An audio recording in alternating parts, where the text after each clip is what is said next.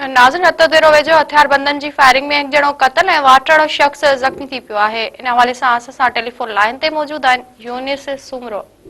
जी यूनिस, कहिड़ा तफ़सील आहिनि? जी बिल्कुल, रतोदरो जे विच शहर में थाणे जे भरिसां अणॼातल मोटरसाइकिल सवार हथियारबंदनि जी कयल फायरिंग में गोलियूं लॻण सबबि ॻोठ बोईकुबा जो रहवासी नौजवान 33 सालनि जो तारिक अली पुट अब्दुल हकीम डहाणी क़तल थी वियो आहे, जॾहिं त हिकु वाटड़ू ॻोठ वली मोहम्मद बिरोही जो रहवासी फाज़िल बिरोही पिणु ज़ख़्मी थी पियो आहे।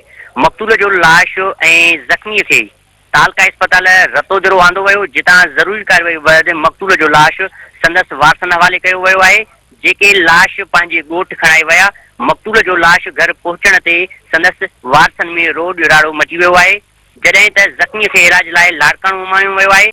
हथियारबंदनि पारां विच शहर में सरेआम कयल फायरिंग सबबि शहरनि में ख़ौफ़ हिरास पखिड़िजी वियो आहे ऐं माण्हुनि में भाॼ पइजी वई आहे। उन सिलसिले में मक़तूल जे सौट मोहम्मद अली डहाणी ॿुधायो त मुंहिंजो सौट शहर में कंहिं कम सांगे आयल हुयो, जिते अणॼातल हथियारबंदनि गोलियूं हणी खेसि क़तल करे छॾियो आहे।